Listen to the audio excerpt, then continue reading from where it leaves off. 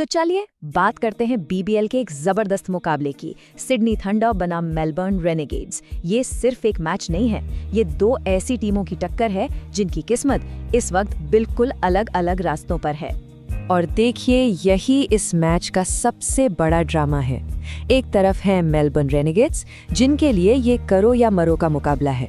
अगर आज हारे तो टूर्नामेंट से बाहर होने का खतरा सर पर मंडराने लगेगा।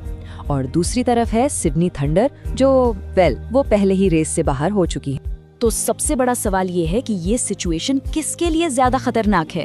क्या जीतने का जबरदस्त प्रेशर रेनेगेड्स को ले डूबेगा, या फिर सिडनी थंडर, जिनके पास खोने को कुछ नहीं है, वो बिना किसी दबाव के खुलकर खेलेंगे और ज्यादा खतरनाक साबित होंगे?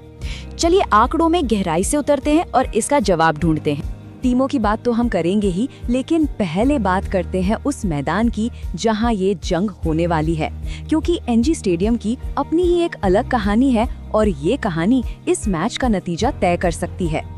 देखिए, एनजी स्टेडियम की कहानी ही बदल गई है। कुछ समय पहले तक ये एक लो स्कोरिंग ग्राउंड माना जाता था, लेकिन अब ये बल्लेबाजों के लिए किसी जन्नत से कम नहीं है। पिच एकदम फ्लैट है, बाउंड्रीज छोटी हैं। अरे अभी हाल ही में यही एक मैच में 412 रन बने थे, तो आप अंदाजा लगा सकते हैं कि गेंदबाजों के लिए क्या हाल होने वाला है।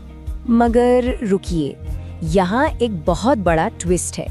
इस मैच का विनर शायद वो नहीं होगा जो ज्यादा रन बनाएगा या विकेट लेगा। एक ऐसा बाहरी फैक्टर है जो खेल का पूरा रुख अपनी तरफ मोड़ सकता है, और वो फैक्टर है ये नंबर 97%। जी हाँ, मैच के दौरान 97% नमी की भविष्यवाणी है, और क्रिकेट में इतनी ज्यादा ह्यूमिडिटी का मतलब है बहुत बड़ी मुश्किल, खासकर उस टीम के लिए जो दूसरी पारी में गेंदबाजी करेगी। इसे कहते हैं ड्यू फैक्टर। सीधी सी बात है, दूसरी इनिंग्स में गेंद गीली हो जाएगी, एकदम साबुन की टिकिया की तरह हाथ से फिसलेगी। ना स्पिनर्स गेंद को घुमा पाएंगे, ना पेसर्स उसे सही से ग्रिप कर पाएंगे। गेंद बल्ले पर बहुत अच्छे से आएगी। इसका मतलब साफ है, टॉस जीतो और पहले गेंदबाजी चुनो। इस मैच में टॉस की अहमियत बहुत ज्यादा बढ़ गई है। तो मैदान और मौसम का हाल तो हमें पता चल गया। चलिए अब दोनों टीमों के तर्कश में झांकते हैं और देखते हैं कि कागज पर किसके हथियार ज्यादा धारदार हैं। पहले बात सिडनी थंडर की। इनकी पूरी कहानी एक ही नाम के इर्द गिर्द घूमती है, डेविड वार्नर। वो इस टीम की जान है, वो चले तो टीम चलती है। लेकिन यही इनकी सबसे बड़ी कमजोरी भी है।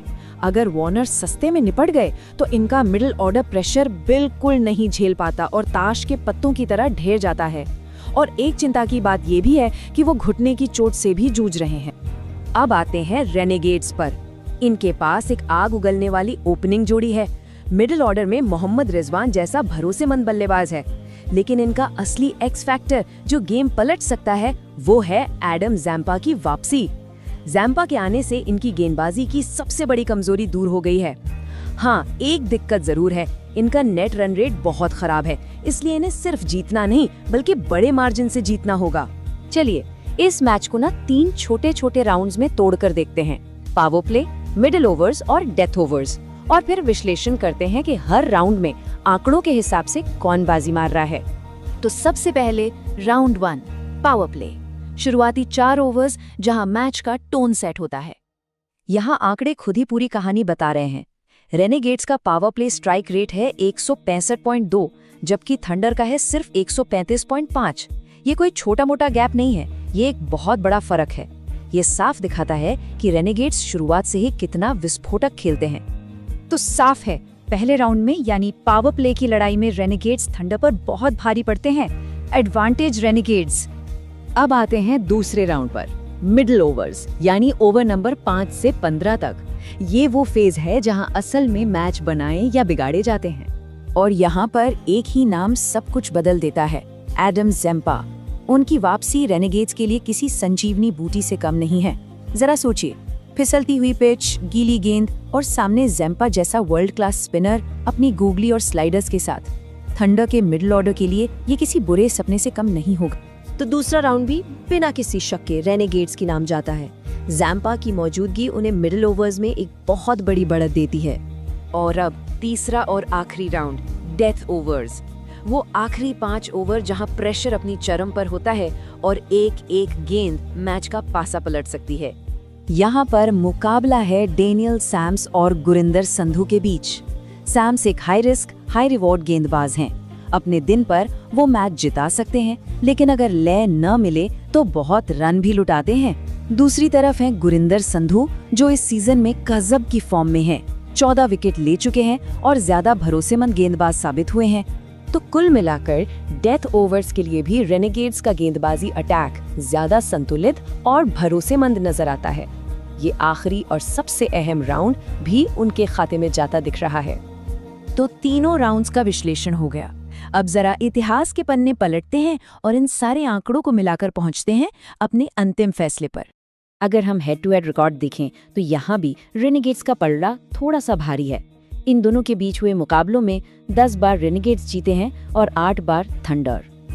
तो टीम का संतुलन, खिलाड़ियों की फॉर्म, जीतने की जरूरत और सबसे बड़ा ज़ैम्पा फैक्टर, इन सभी चीजों को जब हम एक साथ मिलाते हैं तो हमारा डेटा आधारित फैसला ये कहता है कि मेलबर्न रेनेगेड्स की जीतने की संभावना 60% है, जबकि सिडनी थंडर की 40%। लेकिन जैसा कि हम सब जानते हैं, क्रिकेट सिर्फ नंबरों का खेल नहीं है, ये जज्बातों का भी खेल है। तो अंत में बस एक ही सवाल बचता है, क्या आंकड़े सच साबित होंगे या फिर डेविड वॉर्नर अपने संभावित आखिरी घरेलू मैच में कोई ऐसी चमत्कारी पारी खेल जाएंगे जो इस पूरी कहानी, इन सारे आंकड़ों को पलट कर रख देगी? ये देखना वाकई दिलचस्प होगा।